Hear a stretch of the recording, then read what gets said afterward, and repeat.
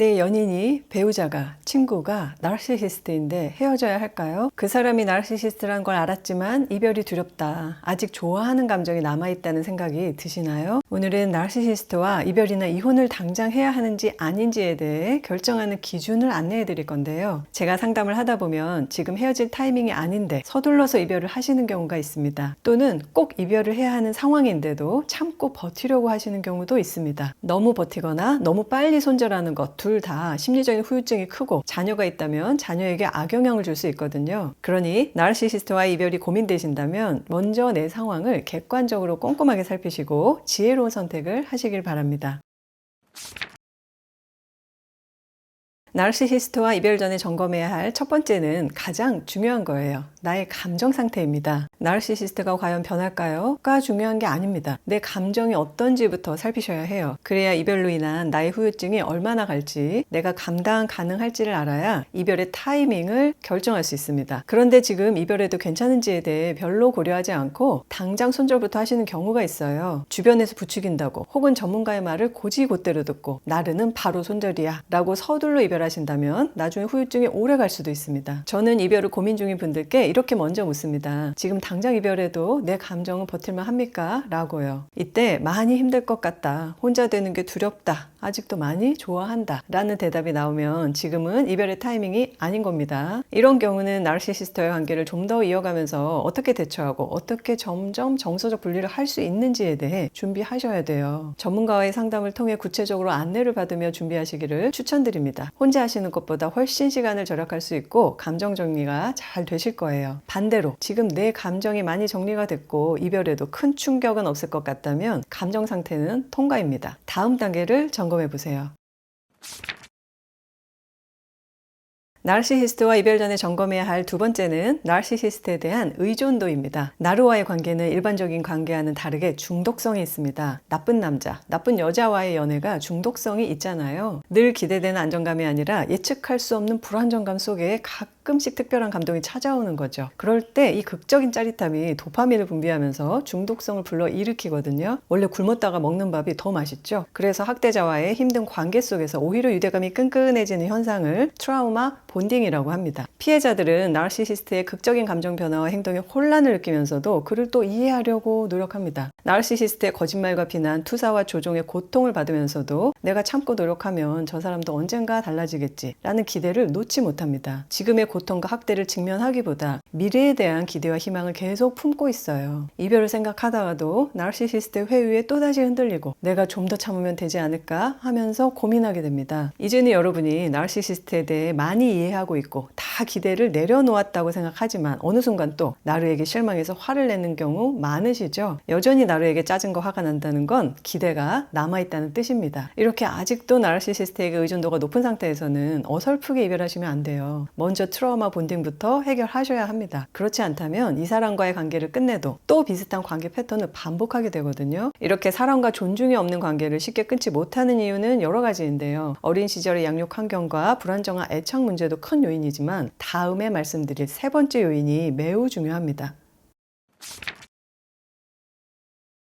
나르시시스트와 이별 전에 점검해야 할 세 번째는 건강한 대인관계입니다. 당장 나르와 이별하고 나서 여러분은 누굴 만나실 건가요? 누군가에게 이별의 아픔과 슬픔을 표현할 수 있나요? 있다면 그래도 이별 후에 충분히 잘 극복하실 수 있을 겁니다. 물론 오래된 연인이나 배우자의 자리를 누군가 당장 채울 수는 없겠지만 빈자리의 공허함을 함께 나눌 사람들이 있다면 괜찮습니다. 그런데 때로는 아무도 없다고 호소하시는 경우가 있는데요. 이런 경우는 이별 자체가 위험한 상태입니다. 왜 위험하냐면 이별 후에 공허감 과 외로움을 견디지 못하고 증상이 생길 가능성이 높기 때문이에요. 애도가 길어지면 우울증이 옵니다. 아무리 힘든 이별도 몇 개월 지나면 웬만하면 회복하고 일상으로 돌아오는데요. 그러나 나르시시스트와의 관계처럼 중독적인 관계, 해로운 관계라면요. 마음의 상처와 후유증도 크고 회복도 오래 걸립니다. 그 애도의 기간 동안 반드시 옆에서 함께 위로해주거나 격려해줄 사람들이 필요해요. 여러분을 판단하지 않고 혹은 지나치게 걱정하지 않고 적절한 소통을 유지할 수 있는 관계가 있다면 충분히 애도의 과정을 잘 지나갈 수 있을 겁니다. 그러나 정말 주변에 아무도 얘기할 사람이 없다, 혹은 내 성격이 누군가에게 털어놓는 것 자체가 어렵다면 반드시 전문가를 찾으세요. 되도록이면 직접 대면으로 만나서 내 감정들을 충분히 풀어내고 위로받고 공감받는 것만으로도 힘든 애도의 시간을 버텨낼 수 있게 될 거예요. 절대로 혼자 견디시면 안 됩니다. 그러다 오히려 증상이 깊어질 수 있어요.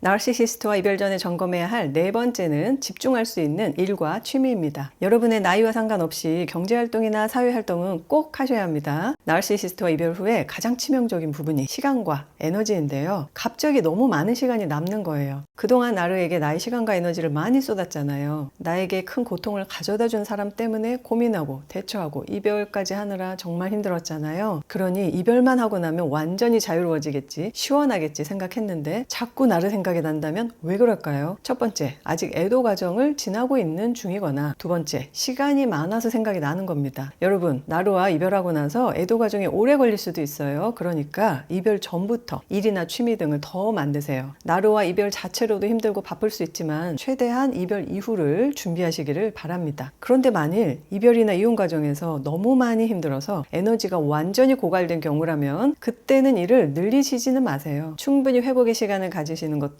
좋습니다. 회복의 과정에서 적당한 일이나 취미는 꼭 필요한데요. 매일 눈을 떠서 오늘의 할 일이 없다면, 현재 집중할 일이 없다면 그때는 자꾸 과거가 떠오르게 돼요. 때로는 나를 탓하거나 후회하거나 자책을 할 수도 있습니다. 가장 좋은 건 이별 후에도 만날 수 있는 좋은 사람들과 집중할 수 있는 일들을 미리미리 준비해 두는 겁니다. 실제로 그렇게 준비하시고 이별 후 애도의 과정을 잘 거치시는 분들은 반드시 새로운 성장과 변화를 경험하십니다. 그러니 지금 내가 이별에만 매몰돼서 이별 이후의 삶을 준비를 못하고 있는 건 아닌지 꼭 체크하세요.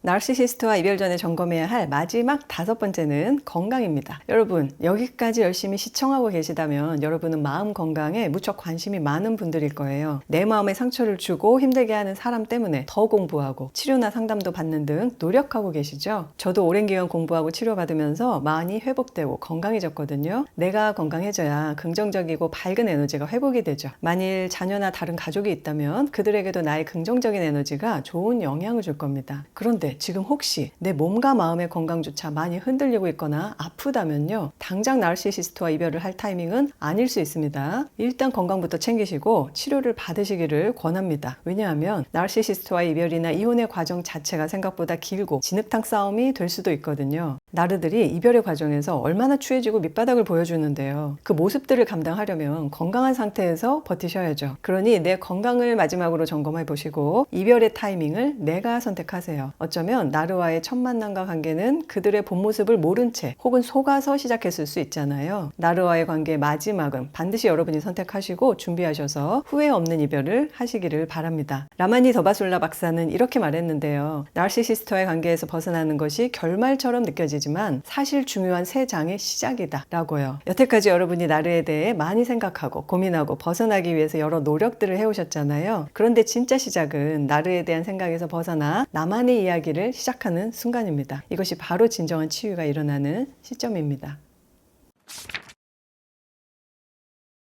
아직 나르시시스트와의 관계를 유지하고 있거나 연락하고 있는 분들을 위해 드리고 싶은 이야기가 있습니다. 가족, 연인, 친구, 직장, 학교 등 어떤 관계이든 상관없어요. 내가 나르시시스트와 관계를 유지하는 것만으로도 수치심이나 자책감을 느낄 수 있거든요. 이 관계에서 불편한 감정을 느끼는 건 내 잘못이 아니라는 사실을 꼭 인식하십시오. 스스로를 한심하고 바보 같다고 여기거나 자책을 하면 마음의 치유가 그만큼 늦어집니다. 그리고 내가 왜 이 관계를 유지하고 있는지에 대한 명확한 이유를 알고 계셔야 합니다. 아직 홀로서기가 두려운 건지, 이 사람에 대한 감정이 남아서인지, 혹은 이 사람이 날 떠나서 잘 사는 것이 배 아프고 복수가 하고 싶어서인지, 이 경우는 사실 감정이 남아있는 거죠. 때로는 이렇게 병적인 성격의 나르가 혼자 지낸다고 생각하면 불쌍하고 안쓰럽고 미안한 마음이 들 수도 있습니다. 지금 나르가 아프거나 힘든 상황이라면 더 죄책감이 생길 수도 있고요. 게다가 나르시시스트는 이 모든 상황을 여러분 탓으로 돌리잖아요. 그래서 더 힘들게 느껴집니다. 현실적인 문제도 관계를 유지하는 큰 요인이 되죠. 자녀, 돈, 집 등의 문제로 인해 당장 정리가 어려울 수 있습니다. 어떤 이유이든 내가 지금 관계를 유지해야 하는 상황에 대해 내 기준으로 분명히 정리해 보시고요. 내 선택을 내가 먼저 존중해 주어야 합니다. 내가 만일 자녀를 위해 나로와의 관계를 지속한다면 이렇게 생각하세요. 자녀 때문에 내가 희생하는 것이 아니라 자녀를 너무 사랑하기 때문에 더 최선의 선택을 위해 지금 견디는 것이라고요. 직장에서 만난 나루 때문에 당장 퇴사를 할 수가 없다면 내가 그 직장에서 이득이 되는 장점에 집중하세요. 항상 어떤 상황이든 여러분은 배울 것이 있고 얻을 것이 있습니다. 더 이상 수동적으로 견디기만 하는 것이 아니라 적극적으로 내가 할 수 있는 모든 방법을 동원해서 자기애적 관계에서 날 지키고 보호하십시오. 매일 날 사랑하고 위로하고 격려해 주세요. 지금의 관계가 학대적이라는 걸 잊지 말되 내 몸과 마음이 더욱 건강해져서 이 관계 속에서도 더 성장하겠다는 결심으로 매일 지내십시오. 절대로 자책은 하지 마세요. 이 관계는 여러분의 잘못이 아닙니다.